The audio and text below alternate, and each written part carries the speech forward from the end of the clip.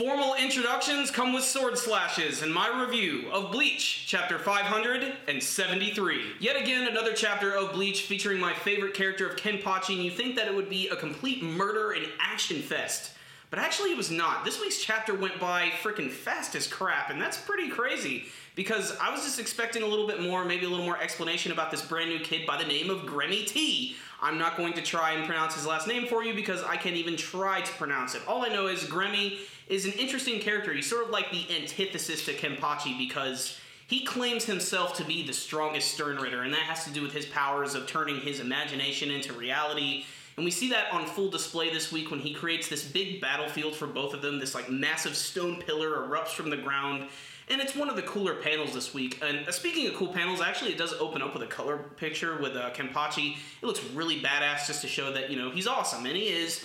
And in this week's chapter, you get to see like why he's just so intimidatingly scary. When he's being introduced to Gremmy for the very first time, he basically just says, "Fuck that noise," and swings his sword right down on top of him. But Gremmy is able to withstand it for a little bit, and he mentions that you're not going to be able to cut me, I'm as hard as steel. But then Kenpachi just sort of cuts right down through, and that's pretty much the end of the chapter. And that's really strange because when I was reading it for the first time, I'm like, there is more, right? Like I kept clicking, and no, that was pretty much the end. It seemed like there could have been more to explain really what was going on. And there was some other little things that are worth mentioning, like at the beginning of the chapter, they mentioned that Unohana is dead. And that could mean a number of things, because in Soul Society, you're technically already dead. This could be some sort of bullshit Obi-Wan, you know, from a certain point of view kind of thing. I'm not really sure where they're going to go with this. Maybe Unohana really is dead, and Kenpachi really has taken the name. I do think it was interesting when Gremmy was talking to him, he mentioned that he is the Kenpachi from Zaraki. Maybe that's how he got his name. He's from the Zaraki province of some sort. I'm not really sure that's how you get your name. Otherwise, I just wanted a little bit more to happen this week. I was hoping that the battle would be a little more entertaining. I do think that it's really funny that when Kenpachi has finally come back after all of his training, he's gotten all these new powers and everything, and he's going to test them out by murdering a child. And I just think that's really dark. And maybe there is a little bit more to this Gremmy kid. Like, the fact that he can, like, mold his imagination into what he wants. Maybe he actually isn't even a kid at all. Maybe he's just making himself look young in order to fool his opponents. And maybe he has an entirely different form, and this is just going to be a way to trick Kenpachi. But it doesn't seem to be affecting him at all because, like I said, even during the introduction, Kenpachi's like, screw that, immediately cuts down. But I was sort of hoping that Yachiru would be the one to fight against him, and there's still the possibility they could do like a little tag out, and she could come in and help in the battle because nothing has really started yet.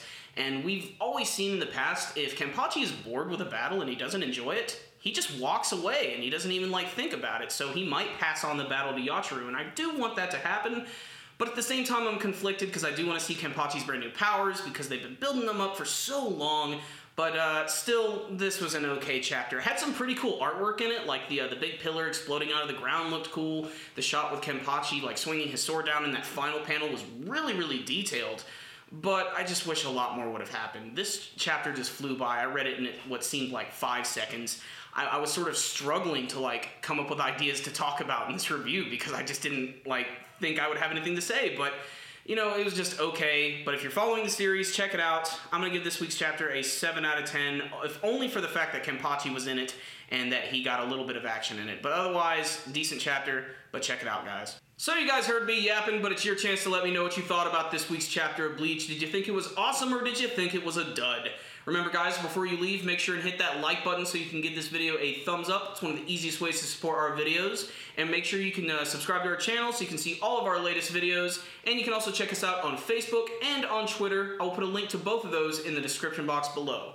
So, I'll see you next time, guys. Super Kami Guru 9000. Out.